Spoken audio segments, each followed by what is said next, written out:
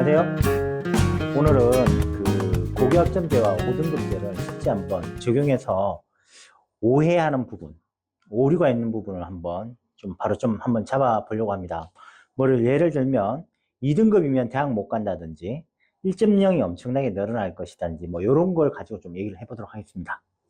고교 학점제가 본격 시행되면 9등급에서 5등급으로 바뀐다 하잖아요. 그래서 많은 분들이 2등급이면 대학을 못 간다 이런 얘기를 하시는데 이게 맞나요? 이건 잘못된 정보입니다.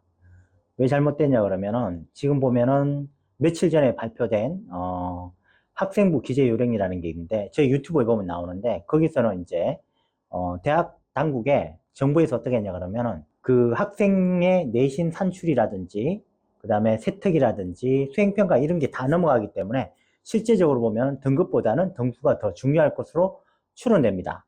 그리고 또 한 번 더 본다 그러면은 9등급에서 5등급이 된다고 하더라도 이 상대평가이기 때문에 변별력은 정확하게 확보됩니다.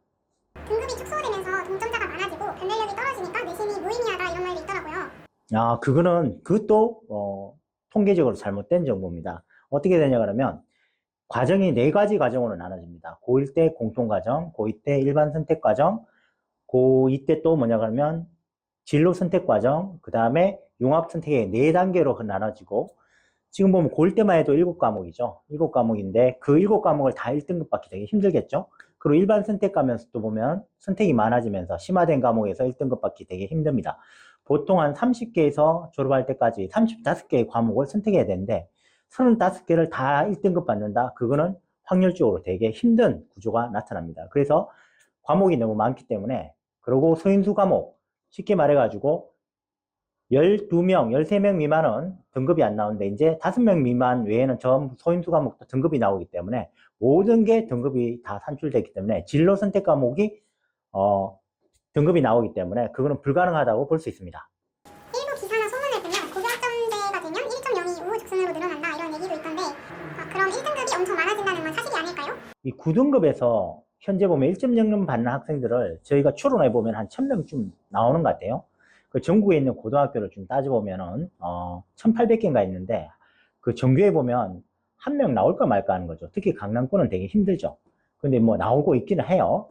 나오고 있는데 이 1.0을 보는데 보면 전국에도 한 학교에 한 명이 나오기 힘든데 5등급이 된다고 하더라도 보면 따져본다면 이제 한 학교에 한 명 정도 나오지 않을까. 35과목을 35개에서 30개 과목을 다 1등급 받는 학생은 전교에 한 명 정도 나오지 않을까 그런 추정이 됩니다. 그래서 한 1800명에서 한 2000명 정도로 추정되기 때문에 1.0이 많이 나온다는 것은 좀 불가능한 것 같습니다. 그리고 소인수 과목이 폐지되면서 13명에서 5명 미만만 되기 때문에 더 힘들어지지 않을까 그런 생각이 듭니다. 제가 만나본 학부모님들도 우리 애가 2등급 나오면 끝이야 이런 식으로 걱정하시던데요. 2등급 나오면 대학 못 간다라는 말이 계속 도는 이유는 뭘까요? 그거는 너무 등급제, 5등급제를 기계적으로 적용해서 그렇습니다. 아까 말씀드렸죠? 대학 당국은 뭐를 본다고요? 등수를 보는 거예요. 예를 들어가지고, 여기 광역자사고에 한 15% 들어가면 2등급이 되겠죠? 10%가 1등급이고, 15%로 가면 대학교에서 그 학교를 그냥 15% 2등급으로 보지 않는다는 거죠. 첫 번째 그 학생의 등수를 보려고 할 것이고, 그 내에서 어떤 과목을 잘했는지 못했는지 보려고 하겠죠. 그럼 메디컬처럼 최상위권 목표인 학생들은 어떨까요? 의대, 치대, 한의대, 약대 같은 경우는 정말 1등급이 많으면 불리해지지 않을까요? 아까도 말씀드렸지만 1.0이 지금 예상하기를 한 1등급, 1.0에 가까운 등급이 1.0이 거의 보면 저희가 따져본다면은 한 1000명 정도 내외에서 한 2000명 정도 넣기 때문에 의대 정원을 생각해보고 치대, 약대, 한의를 생각해보더라도 저희가 생각하기엔 상당히 많은 러프하게 1점대에 보면 넓게 분포할 거로 예상되기 때문에 너무 크게 쫄 필요가 없을 것 같습니다. 대학 당국도 그것만을 보려고 하지 않겠죠. 다른 어떤 기준을, 내신보다는 다른 기준을 많이 보려고 할 겁니다.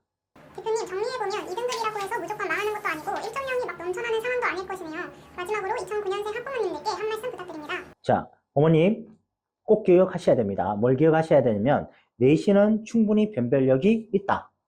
5등급이지만 과목이 너무나 많이 늘어났고 그 과목 내에서 보면 선택 그룹이 너무 많기 때문에 이렇게 크로스오버를 하면 충분히 내신은 변별력이 있다. 두 번째, 지금 나오는 게 뭐냐 하면 어떤 걸 선택했냐가 되게 중요합니다.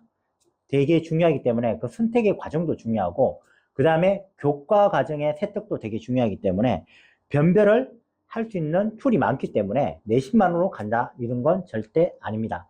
그리고 수능도 보면은 9등급제로 살아있지 않습니까? 물론 쉬워진 수능이었지만 그걸 믹싱하는 식으로 가기 때문에 여러 가지를 종합해서 진짜 종합해서 준비하시는 게 맞다고 생각이 됩니다. 자, 그러면 5등급대를 두고 2등급 되면 대학교 못 간다. 그 다음에 1.0이 엄청나게 쏟아질 것이다.